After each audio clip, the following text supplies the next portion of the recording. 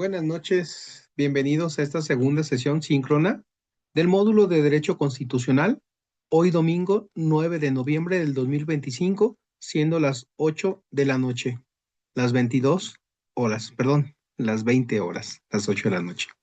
Vamos a dar unos segunditos en lo que se unen los alumnos y damos inicio con esta segunda sesión síncrona.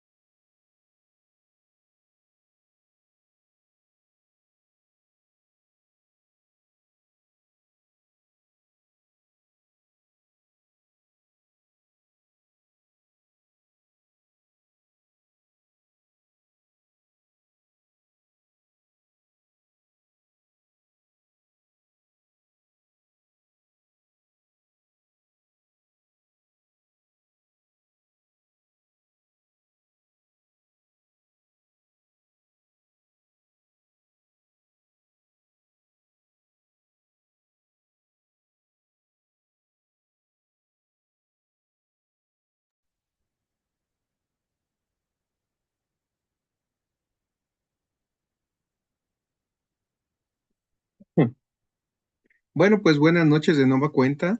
Bienvenidos a esta segunda sesión síncrona del módulo de Derecho Constitucional. Hoy domingo 9 de noviembre del 2025, siendo las 8 de la noche, las 20 horas. Me permito presentarme. Mi nombre es José Cuauhtémoc Chávez Muñoz. Soy asesor en este módulo de Derecho Constitucional. Le reitero, soy licenciado en Derecho, tengo una maestría en Derecho Civil, otra maestría en Derecho Constitucional y Administrativo. Y bueno, pues es elaborado también como magistrado en el Tribunal de Justicia Administrativa y magistrado en el otrora Tribunal de lo Contencioso Administrativo, como asesor jurídico del gobernador, como asesor jurídico con 3 gobernadores, como asesor jurídico, también con 3 rectores de la Universidad La Salle Bajío, como director de normatividad universitaria, como abogado general de la universidad. He colaborado en la Universidad La Salle Bajío, en la Universidad La Salle Cancún, en la Universidad Virtual del Estado de Guanajuato, en el Instituto de Justicia Administrativa del Estado de Guanajuato, del Tribunal de Justicia Administrativa y Universidad de Guanajuato. Y bueno, pues vamos a estar viendo el día de hoy esta segunda sesión síncrona. Como les decía, los alcances de este módulo precisamente es, entre otras cosas, que se identifican los elementos que conforman al Estado mexicano, así como la estructura de los diversos sistemas constitucionales, hacer un análisis de los distintos sistemas constitucionales que existen, el sistema constitucional propiamente de naturaleza o de corte presidencial, de corte parlamentario, atendiendo pues a esa división pues de las formas de gobierno que maneja Aristóteles, de la monarquía, de la democracia y de la aristocracia en sus formas puras y sus formas impuras, en donde se desvirtúa pues el ejercicio del poder público. En donde la democracia pasa a ser una demagogia cuando se desvirtúa el ejercicio del poder en beneficio de la colectividad a beneficio solamente de unas cuantas personas, de una democracia a una demagogia, de una aristocracia a una oligarquía, en donde es el gobierno de unos cuantos en beneficio de la colectividad, pero cuando se desvirtúa pasa a ser el gobierno de unos cuantos en beneficio solamente de ellos, de unos cuantos. Y el de la monarquía, que se convierte en una tiranía, cuando es el gobierno de uno y se desvirtúa y se convierte pues en una tiranía, es en beneficio solamente del monarca. Y bueno, ¿qué es lo que se pretende? ¿Cuáles son las competencias profesionales que se estarían generando? Pues analiza cualquier situación social. Se pretende que el alumno realice un análisis de cualquier situación social, que sistematice e interprete la totalidad del sistema jurídico con el objeto de dar soluciones a situaciones planteadas. Esto es, que sepa identificar los elementos que integran nuestra Constitución, los 136 artículos de nuestra Constitución, los títulos y los capítulos, qué es lo que qué es lo que se encuentra en nuestra Constitución. Nuestra Constitución política es la base, la estructura de nuestro sistema jurídico mexicano. Si queremos saber cómo funciona nuestro sistema jurídico mexicano, debemos de remitirnos a nuestro texto constitucional, que nos habla de 3 órdenes de gobierno, 3 ámbitos de gobierno. El ámbito federal, el ámbito estatal y el ámbito municipal. Hablamos de una división de poderes, hablamos de 3 funciones que son, a saber, de acuerdo con esa teoría de Montesquieu, que nos habla de un poder ejecutivo, un poder legislativo y un poder judicial. Son las 3 funciones, ejecutiva, legislativa y judicial, o también llamada jurisdiccional. Competencias específicas a desarrollar en este módulo de Derecho Constitucional, entre otras cosas, bueno, pues identificar el desarrollo histórico de la Constitución en México, su estructura y formas. La Constitución desde los textos precolombinos, previos a la colonia, los textos ya propiamente en la colonia como tal, y desde luego, bueno, pues cómo ha ido evolucionando, entre otras cosas. Son de las características, es identificar, pues, lo que es nuestra Constitución, la relación de los principios fundamentales que rigen el derecho constitucional, la clasificación de la conformación del Estado mexicano, los poderes que lo conforman. Todo esto está consignado en nuestra Constitución. Si queremos identificar cómo está estructurado nuestro sistema jurídico mexicano, pues debemos de remitirnos a nuestra Constitución. Los aprendizajes esperados, pues entre otras cosas, pues es reconocer el concepto de derecho constitucional. Es aquel que nos permite conocer la organización, estructura y funcionamiento del Estado mexicano, el origen, el contexto histórico, los tipos y clasificación y partes que integran nuestra Constitución, los 136 artículos, las partes orgánica, bueno, dogmática, orgánica y también la tercera parte que mencionan que son la parte programática. También distinguir el proceso de reforma a la Constitución, lo que es el proceso de reforma constitucional a través de un sistema bicameral, Cámara de Diputados y Cámara de Senadores, con las atribuciones específicas que tiene la Cámara de Diputados en materia de gobierno interior y la Cámara de Senadores en temas de política exterior y bueno, es un poco más complejo que esto, pero que están consignados en los artículos 73, 74, 76, todos los artículos que vienen ahí referentes a las funciones del Poder Legislativo Federal. También otro aspecto que es importante conocer es el referente al concepto de los derechos humanos, ¿sí? Ustedes llevan una materia o van a llevar una materia, no recuerdo, creo que ya la llevaron, referente a los derechos humanos, ¿sí? Que anteriormente se le conocía como las garantías individuales. Pero esos derechos humanos que son inherentes a la persona, precisamente por ser humanos, son aquellos que no se pueden desprender por la propia naturaleza del individuo, son irrenunciables y el Estado, entendiéndose como gobierno, debe de hacer todo lo necesario para garantizar la protección de estos derechos. El derecho a la vida, por ejemplo, el derecho a la libertad, el derecho a la propiedad, el derecho a la posesión o propiedad como tal, derecho a la educación, derecho al comercio, etcétera, por citar algunos. Es importante también, bueno, algunos otros aprendizajes esperados, distinguir las particularidades y actividades que ejercen los 3 poderes. ¿Cuál es la función ejecutiva, la función legislativa y la función jurisdiccional? Son 3 funciones a desarrollarse. Cada una de esas funciones se va a realizar a través de órganos de gobierno. La función ejecutiva se va a realizar a través de un órgano de gobierno que se llama Poder Ejecutivo, que sería la Presidencia de la República, a través de una administración pública centralizada y descentralizada o paraestatal. La función legislativa se va a realizar a través de un sistema bicameral, 2 cámaras, Cámara de Diputados y Cámara de Senadores, 500 diputados y 128 senadores. En un momento más les explicaré cómo se integra este Congreso de la Unión.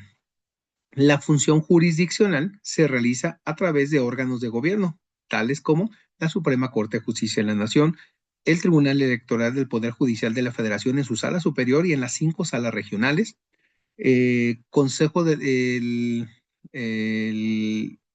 los tribunales colegiados de circuito, los tribunales unitarios de circuito, los juzgados de distrito, el Tribunal de Disciplina Judicial, que anteriormente se llamaba el Consejo de la Judicatura Federal, los ahora 9 ministros, anteriormente 11 ministros, que también conviene precisar que, bueno, también se reportó para que hicieran algún ajuste, una revisión, porque aparece todavía en los elementos que están estudiando el tema de que 11 ministros y la forma de elegirse.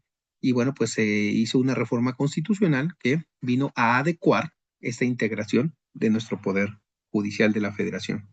Y también va a repercutir en los poderes judiciales de las entidades federativas, entiéndase, estados de la República. También los mecanismos de control constitucional.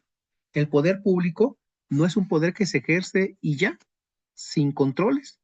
Atendiendo a esta teoría de el control tripartito del poder público, que viene en la teoría de el espíritu de las leyes de Montesquieu, de Carlos Luis de Secondant, barón de la Brede y de Montesquieu, nos habla de un poder ejecutivo, un legislativo y un judicial, pero nos habla también de controles internos y controles externos. Los controles internos son aquellos que están previstos en la propia Constitución, como cuáles.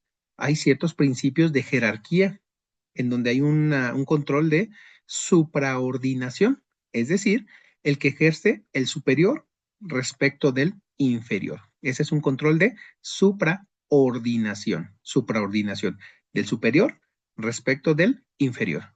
Hay otro tipo de control también, el control de subordinación, que es del inferior en relación a que tiene que atender lo que le está ordenando o mandatando el superior. Entonces, el inferior está subordinado al superior.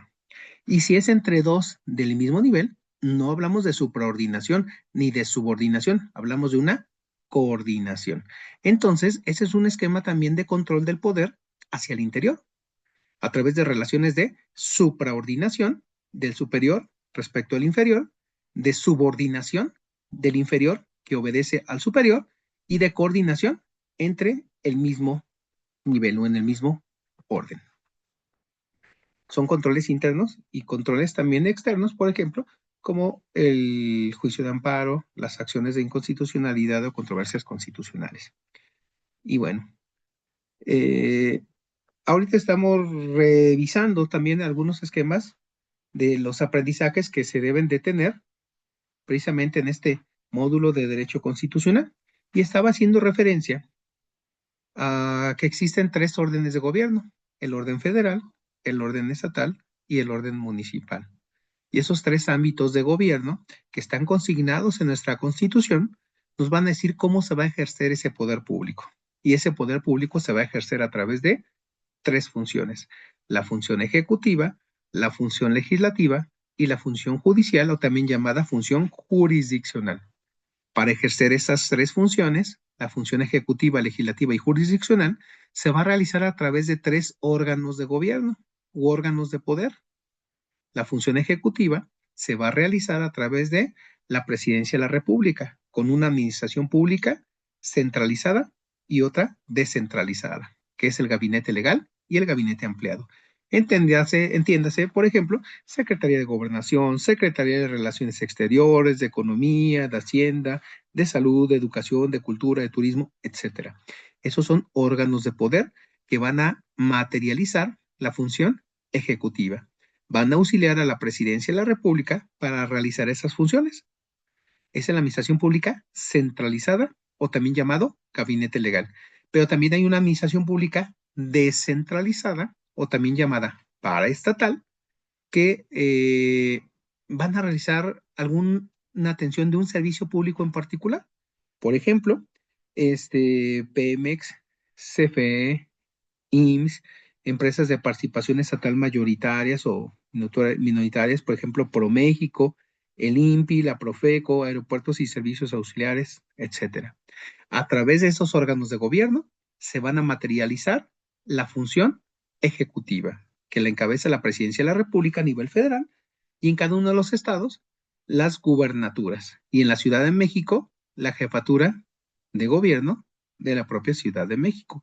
La función legislativa se va a materializar a través de órganos de poder, entiéndase, Congreso de la Unión, Cámara de Diputados, Cámara de Senadores, y en los estados, congresos de los estados o congresos locales, y la función jurisdiccional se va a materializar a través de órganos de poder como lo que es el Poder Judicial, la Suprema Corte de Justicia de la Nación con los 9 ministros, el Consejo, bueno, lo que era el Consejo de la Judicatura Federal, que ahora es el Tribunal de Disciplina Judicial, los tribunales colegiados de circuito, los unitarios de circuito, juzgados de distrito, el Tribunal Electoral del Poder Judicial de la Federación y lo mismo el Poder Judicial en los estados.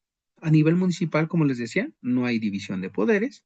Sin embargo, sí encontramos las funciones ejecutivas, legislativas y judiciales, pero se materializan a través de una entidad llamada ayuntamiento. Y en la Ciudad de México, a través de las alcaldías. Meva, no sé si tengas alguna duda. Buenas noches, ¿cómo estás? ¿Cómo vas? Buenas noches, maestro. Pues bien, bien, esta última lección que tomamos, sí se me hizo un poquito, pues más sencilla a lo mejor porque son temas que, mi esposo se rió de mí cuando dije, es que creo que eso lo vimos en la primaria muy a grandes rasgos, pero sí se me hizo un poquito más fácil de entender. Por Ujú. ahí de repente lo que sí es a la hora de contestar los cuestionarios, por ahí de repente sí fue como cuando pregunta cuántos años dura en el poder, no sé, el gobernador, el presidente. Ahí en el presidente sí me equivoqué, le puse 6 años, pero nunca me fijé que adelante decía sin reelección. Y yo le di ahí y me la dio Mario, o sea, ¿por qué? Hasta que le volví a leer.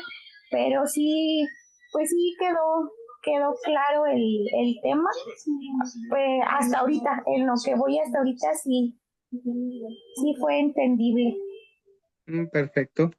No, sí, que bueno, y efectivamente, bueno, pues hay que leerlo, con detenimiento, porque a lo mejor el impulso de estar contestando lo más pronto posible, pues nos lleva a lo mejor a tomar una decisión que si bien no es equivocada, sí es imprecisa, ¿verdad? Sí, sí, maestro, de hecho sí me decía mi hija, es que lee bien antes de contestar, pero yo, ay, pues sí, ya dije yo, no, sí dice 6 años y hasta después que me la dio mal, la verdad sí estaba yo como molesta, dije, ¿por qué me la dio mal? Pero ya volví a leer, dije, no, pues ya con justa y sobrada razón y me la iba a dar mal. Sí, Sí, pero es sí ha correcto. sido, bueno, esta materia no me ha costado tanto trabajo, aparte porque la verdad era lo que le explicaba el otro día, más que nada que también, pues usted se ha dado el tiempo de explicarnos, o sea, y digo en general porque supongo que a todos nos envía mensaje porque dice alumnos, entonces creo que es sencillo así cuando pues tenemos disponibles, aparte que nos envía los links para que nos podamos informar más acerca de los temas. Entonces, pues sí, me es más sencillo porque le digo que me gusta mucho leer. Entonces, sí abro los links y leo y me fijo, entonces sí me queda un poco más claro. Excelente. Y qué mejor el que tengas ese hábito de la lectura, porque bueno, pues te va a ir abriendo esos panoramas, esos horizontes, y va acrecentándose además tu acervo, tu vocablo y el conocimiento, desde luego, es un excelente hábito. La lectura no lo dejes por ningún motivo. Sí, sí, maestro, sí, le agradezco mucho, más que nada, o sea, pues las atenciones y que siempre me responde mis mensajes con respuestas bien claras, porque la verdad sí me cuesta a veces mucho trabajo entender. Creo que una vez en todo lo que va en la materia le pedí ayuda a mi esposo, le comentó que él es abogado. Ay, pero se desesperó tanto conmigo, que le decía yo, ¿me recuerdas a los niños esos del Facebook que está así como que, a ver, déjame, te ayudo con la tarea y pobre niño termina todo traumado, llorando? Le digo, ya estaba yo casi igual. Y me dice, es que tengo que explicarte cómo era ese manera. Pues es que no entiendo, le digo, o sea, y te desesperas, pero sí me ha ayudado mucho que usted nos comparta los links para poder, pues sí, anotar y informarnos más. Eso sí me ha ayudado mucho. No, qué bueno, y bueno, pues sí, mejor ya está en otro nivel, procesando pues la información jurídica más rápida y precisamente aquí es el enfoque de pues transmitir ese conocimiento jurídico para que sea accesible, para que se vaya avanzando gradualmente.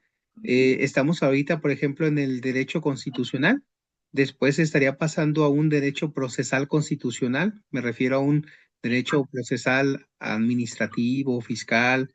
Después se puede ir avanzando a temas ya más avanzados como, valga la redundancia, por ejemplo, de el amparo indirecto, el amparo directo, ir avanzando poco a poco y te vas a ir empapando conforme vayas teniendo esas bases, ese conocimiento, hasta que logres ser, pues ya, como se dice, pues toda una abogada y que pues uno no deja de aprender y entre más se vayan haciendo ajustes, lo importante es no memorizar artículos, no memorizar leyes, sino saber en dónde identificar, en dónde buscar, en dónde encontrar y que vayas desarrollando esa capacidad de analizar, leer, analizar, entender y buscar y auxiliarte.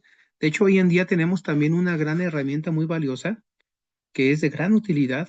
Hay que saberla utilizar, que es la inteligencia artificial en donde la podemos usar como una asistente que te pueda ayudar a avanzar de una manera más rápida o de manera complementaria, pero nunca va a llegar a sustituir esa capacidad de razonamiento que como abogada vas a ir desarrollando, ¿verdad? ¿Qué cree que eso de la inteligencia artificial? En mi primera materia nos dejaron un trabajo de hacer nos dieron dos plataformas para hacer, nos dieron que era Prezi o Prezi, algo así, no recuerdo, para hacer un cuadro mental, un mapa mental. Pero haga de cuenta que nos pide que pongamos la información y yo la puse y automáticamente apareció todo el mapa mental ya hecho. Pero de esas veces que lo empecé como a leer y muchos datos no concordaban con los actuales, o sea, estaban muy diferentes. Y sí, o sea, pues no, realmente no es, o sea, como que porque no nos da, o sea, tan acercado a lo que de repente ocupamos. Así es, sí, pues tomarlo con las debidas precauciones, porque pues, efectivamente no se va a sustituir y no puede decirle uno a un cliente, usted perdón, es que pues se lo dejé a mi asistente la inteligencia artificial o se hizo una mala fundamentación o no verificó que el término era distinto y me dejé llevar. O sea, no podemos salir con eso, a final de cuentas, tenemos nosotros la responsabilidad, la encomienda y pues a lo mejor habrá algunas cuestiones que pues algunos cálculos, algunos análisis matemáticos, algo que pudiera ser ahí de manera clara o contundente, pero no sustituiría jamás o nunca como tal esos procesos. Entonces sí, tomarlo también con esas debidas precauciones, porque bien lo comentas, pues era información no actualizada, entonces también hay que tener mucho cuidado con eso. Sí, sí, maestro, pero sí, o sea, bueno, esta materia no me está costando tanto trabajo, tanto no. De repente algunas cosas que sí como que se me olvidan más que nada, pero como voy anotando todo en mi cuaderno, pues me regreso, las vuelvo a leer y sí, o sea, pero sí le digo, mucho nos ayuda los links que nos envía para, para poder pues llenar todos esos agujeritos que de repente quedan con dudas y así. No, muy bien.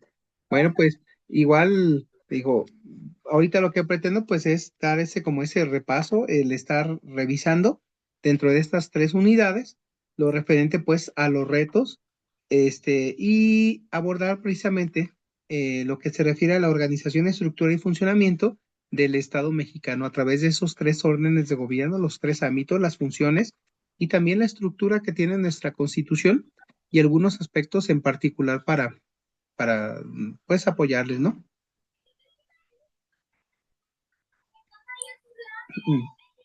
Bueno, eh, como te decía, entonces, bueno, el reto uno, que fue un cuestionario, cómo entendemos a la Constitución y la forma como la vivimos, que ya se realizó.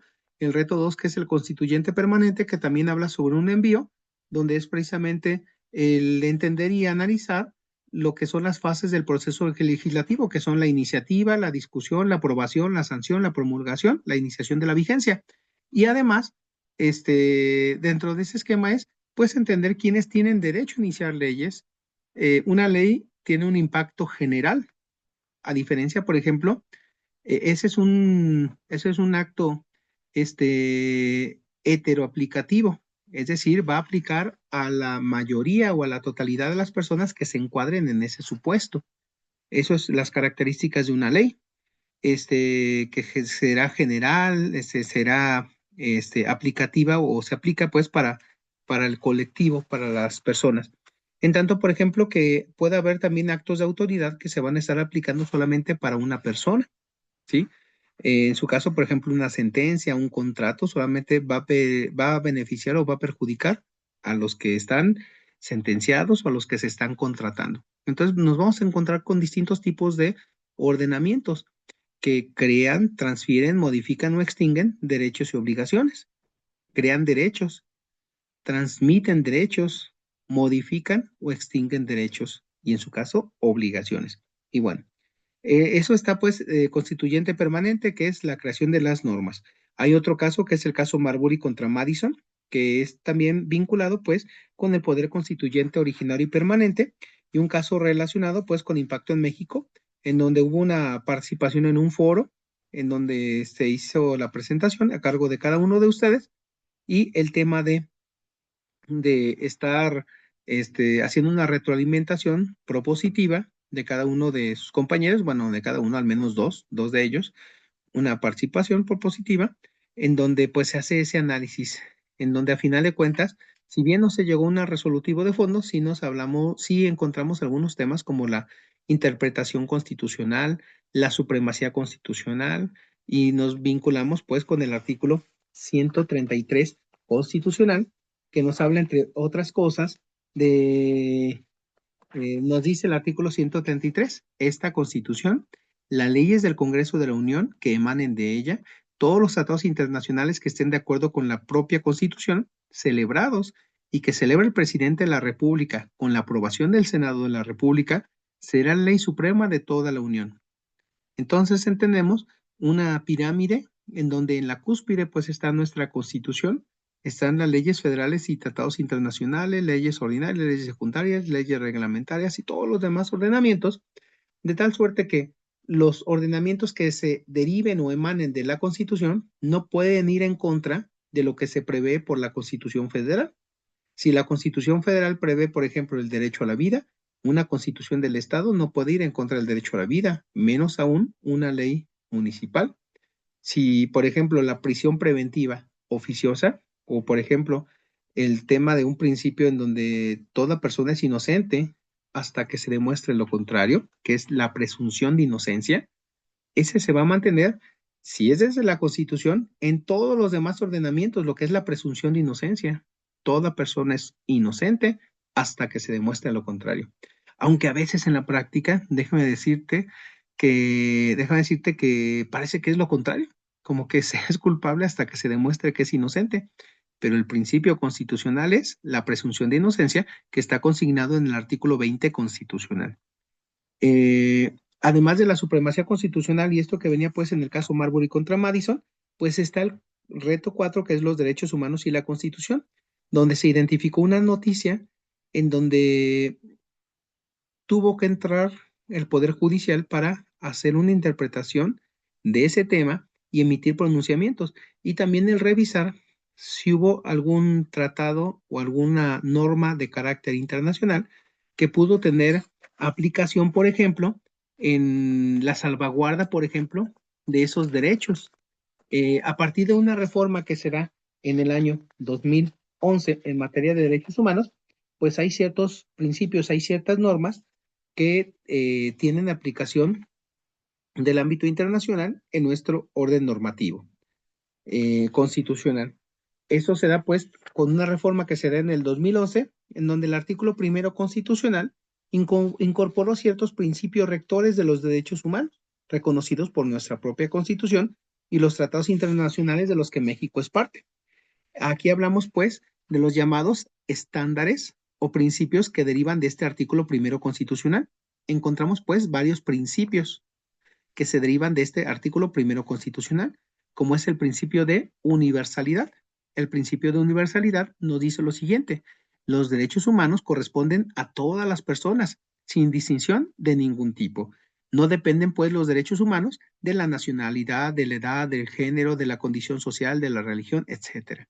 Entonces tenemos un derecho humano consignado en el primero constitucional y eso lo llamamos los estándares o principios que se derivan de esta Constitución y que son reconocidos en nuestra Constitución y en los tratados internacionales, que es el principio de universalidad. Otro que es el principio de interdependencia, en donde todos los derechos humanos están vinculados entre sí y el ejercicio de uno implica el respeto de los demás. Por ejemplo, el derecho a la educación depende también del derecho a la igualdad y al desarrollo. Este principio de interdependencia nos dice también que no podemos gozar de un derecho y estar generando simultáneamente una afectación a otra persona. Esto se refiere como a esa teoría de las esferas o esos círculos en donde mi derecho termina, en donde inicia el derecho de un tercero o el derecho de la otra persona. Mientras no haya una incompatibilidad en esos derechos, pues entonces nosotros podemos ejercer esos derechos de manera simple, de manera ordinaria, siempre y cuando no perjudiquemos a terceras personas, es decir, al prójimo, por ejemplo. Hay otro principio consignado en el primero constitucional que es el principio de indivisibilidad, en donde no se puede jerarquizar ni fragmentar los derechos humanos. Todos tienen igual importancia y deben de garantizarse conjuntamente. La propia Constitución nos determina que el único ente facultado para determinar si hubiera un choque en dos derechos, determinar cuál es el que prevalece, pues es la Suprema Corte de Justicia de la Nación, que son las únicas, que es el único ente facultado para hacer una interpretación de los derechos humanos. Y hay otro principio que también es muy importante, que es el de la progresividad, en donde el Estado tiene la obligación de ampliar y mejorar la protección y el goce de los derechos humanos, sin retroceder en los niveles alcanzados, de tal suerte que no puede haber reformas a la Constitución o reformas a leyes que te establezcan menos derechos o más obligaciones en detrimento de las que ya tienes. Hablamos de un principio de progresividad respecto del respeto a los derechos humanos. Y entonces lo que ya se tiene hasta ahorita, pues ya se tiene ganado, ya se tiene conquistado. No puede estarse legislando en contra de eso ya ganado, de eso ya obtenido. No es constitucional, pues, una norma o un derecho que vulnere o que violente estos derechos. Por ejemplo, hay quien opina que la reforma que se dio al Poder Judicial rompió este principio de progresividad porque había una mejor derecho, pues, con esa manera de elegirlo. Hay algunos que dicen, no, no, no, todo lo contrario. Se ganó porque ahora ya se eligen de manera democrática. Entonces, bueno, pues hay un debate al respecto, pero lo importante es que la Suprema Corte dijo, no se rompió este principio de progresividad. La Suprema Corte tiene que pronunciarse al respecto. Y hay otro principio consignado también en el primero constitucional, que es el principio de interpretación conforme y pro persona. Eso es de los más relevantes. La interpretación conforme se refiere a que las normas deben interpretarse de manera que sean compatibles con la Constitución y los tratados internacionales de derechos humanos. De tal suerte que a la hora de analizar la actuación de las autoridades, pues la actuación de las autoridades tiene que ser acorde a los derechos humanos. Por ejemplo, tú vas y solicitas un permiso para vender en la vía pública y vamos a pensar que la autoridad te lo niega, pues tiene que darte la garantía de audiencia, es decir, preguntarte o bien informarte el por qué no te lo está, el por qué te lo está negando y dar la oportunidad de que tú aportes lo que a tu derecho convenga. Es, por ejemplo, una interpretación también conforme. Y el principio pro persona, que también está concatenado con ello o relacionado, es cuando existan varias interpretaciones posibles, debe de aplicarse la más favorable a la persona. Eso es un principio pro persona, que sea una interpretación lo más favorable hacia la persona. Esos es algunos de los aspectos que son de los estándares consignados en el primero constitucional. Y además, por ejemplo, hay otro artículo constitucional que también es muy importante, que es el 14, que nos habla de la irretroactividad de la ley, donde no se puede aplicar una norma en tu perjuicio. A lo que me refiero es que ninguna ley se dará efecto retroactivo en perjuicio de persona alguna. Por ejemplo, vamos a pensar que a una persona se le haya sentenciado por homicidio a 40 años. Viene después una reforma a la ley penal y se determina que a todos los homicidas se les va a imponer la pena de muerte. A esa persona ya se le sentenció con 40 años. No se le puede aplicar retroactivamente ahora, por ejemplo, para imponerle la pena de muerte. Sería algo perjudicial. Entonces, eso no se puede. O, por ejemplo, el principio de legalidad, que nos dice el artículo 14, en donde el principio de legalidad, en donde nos señala que la autoridad solamente puede hacer aquello, lo que la norma le faculta, y en tanto que el gobernado, todo lo que la norma no le prohíba. Para el ciudadano, todo lo no prohibido se entiende que está permitido, pero la autoridad solamente puede hacer aquello que estrictamente la ley le dice que puede hacer. No puede hacer más porque podría incurrir en un abuso de funciones, un abuso de autoridad. No puede hacer menos porque podría estar incurriendo en responsabilidades por varias omisiones, entre otras cosas. Y bueno, pues eso a grosso modo viene el caso Marbury contra Madison. A lo mejor me aterricé ahí un poco más porque son algunos temas de interpretación de la Constitución. Y otro tema, que es el reto 4 también de los derechos humanos, nos pasamos al reto 5, que es la división de poderes, que es un cuestionario que nos habla pues de las funciones ejecutivas, legislativas y judiciales que tienen su base en esa división tripartita de la que nos habla Montesquieu. Carlos Luis de Secondant, barón de la Brede y de Montesquieu, nos habla de que hay tres funciones, a saber, la función ejecutiva, la función legislativa y la función judicial. Y ninguno de esos poderes puede concentrarse o debe concentrarse en una sola persona o en un grupo de personas. Debe de haber un sistema de equilibrios, de pesos y contrapesos, para que entre estos tres poderes se vigilen, se apoyen. Un ejecutivo, un legislativo y un judicial. Tres o una división de poderes. Y el reto 6, que nos habla de la inconstitucionalidad y de las controversias.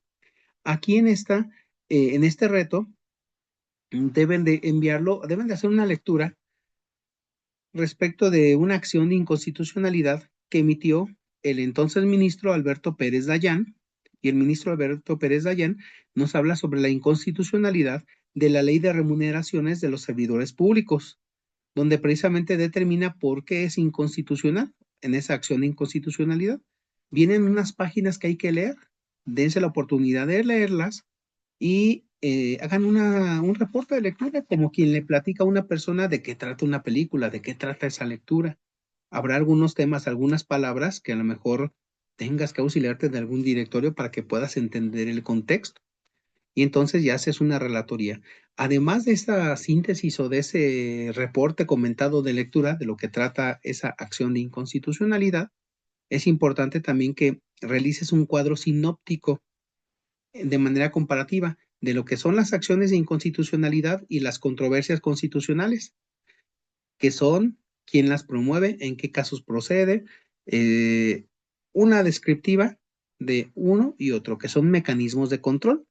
Recordemos que la Constitución establece mecanismos de control para el poder público, mecanismos internos, mecanismos externos, como se les decía. Los mecanismos internos, por ejemplo, están los controles hacia el interior de la administración pública. Por ejemplo, entre otros está, por ejemplo, que hay una división de funciones. Hay una función en donde una persona superior a otra ejerce un poder de supraordinación. El superior respecto del inferior está supraordinado. El inferior respecto del superior está subordinado. Y cuando es una relación entre pares, entre iguales, será una relación de coordinación. Si es, por ejemplo, entre dos directores, será una relación de coordinación. Si es una relación de un secretario respecto de su subsecretario, será una relación del superior en relación al inferior, será de supraordinación, supraordinación. Si es un inferior obedeciendo al superior, será de subordinación. Y esos son esquemas también de control. Y de manera externa, hay otros esquemas de control, como puede ser la, el, el juicio de amparo indirecto contra actos de autoridad de cosas que no son definitivas, y el amparo directo, que es en contra de sentencias donde ya se dictó en definitiva una resolución, por ejemplo. Son mecanismos pues internos y externos del ejercicio o control del poder público. No sé si tengas, Meva, alguna otra duda, alguna pregunta, alguna consideración. No, no, maestro, de hecho me acaba de dejar clara una duda que yo tenía acerca, ya ve que le comenté que mi hija, lo que me llevó a estudiar derecho fue una situación que tiene mi hija por ahí, legal, y yo tenía como cierta dudita porque pues, es una situación fuerte. Entonces, de repente mi hija me preguntaba el por qué esta otra persona contra la que está llevando el juicio estaba en libertad, porque hace un tiempito creo que la ley cambió y cuando, no sé, creo que algo así me explicó a grandes rasgos otra persona, cuando Ujú. una persona está acusada por un delito de violación,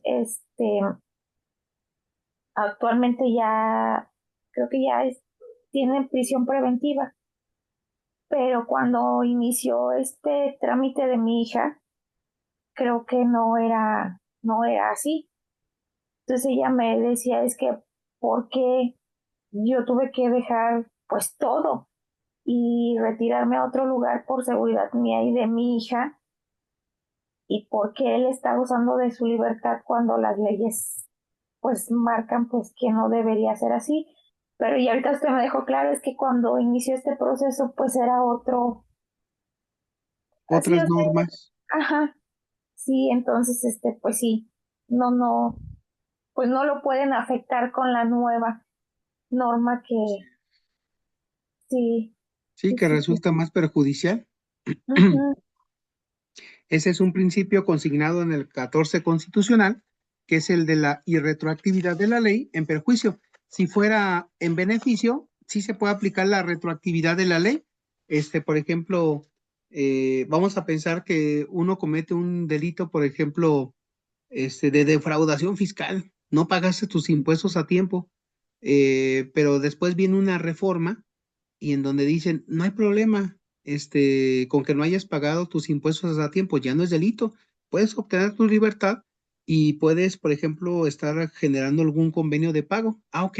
Entonces, con esa nueva ley se puede aplicar retroactivamente. Cuando tú cometiste eso, estaba esa norma, pero generan una nueva, pero es en tu beneficio, sí se puede aplicar. La sí, retroactividad de la ley, si es en beneficio, sí, pero si es en perjuicio, ¿no? ujú. Sí, sí, sí, sí, ya, bueno, ya no, ya me quedo así. Ahora sí, creo que, bueno, ya, yo al medio que lo había entendido ahorita ya me quedó claro y creo que ya me va a ser más fácil explicarle a mi hija el por qué se da esta situación. Y esto viene en el artículo 14 de la Constitución. A ninguna ley se le dará efecto retroactivo en perjuicio de persona alguna. Significa que las leyes no pueden aplicarse a hechos ocurridos antes de su entrada en vigor, Ujú, si esto perjudica a la persona. Protege entonces la certeza jurídica y la confianza legítima pues de los ciudadanos. Ahí en algunos casos te podrá resultar benéfico, en otros casos no. A otra persona le resultará benéfico. ujú. Sí, sí, entiendo. ¿Verdad? Y, y pues bueno, básicamente era un poco en esta segunda reunión síncrona, el estar revisando, bueno, pues cómo iban, estar haciendo una recapitulación. Esta sesión, bueno, se está grabando, la voy a estar subiendo para alguna consulta o alguna referencia.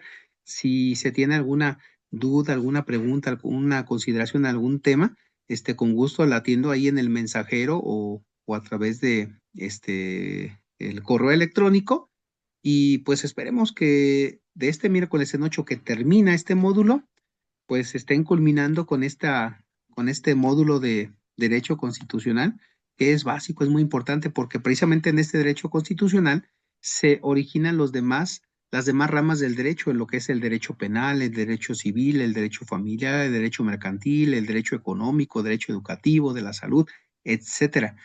Todos se derivan de la Constitución y la Constitución es el marco normativo que nos va a decir cuáles son los límites de la función pública, del ejercicio público, del derecho penal, todo. Entonces es muy importante que conozcamos el derecho constitucional.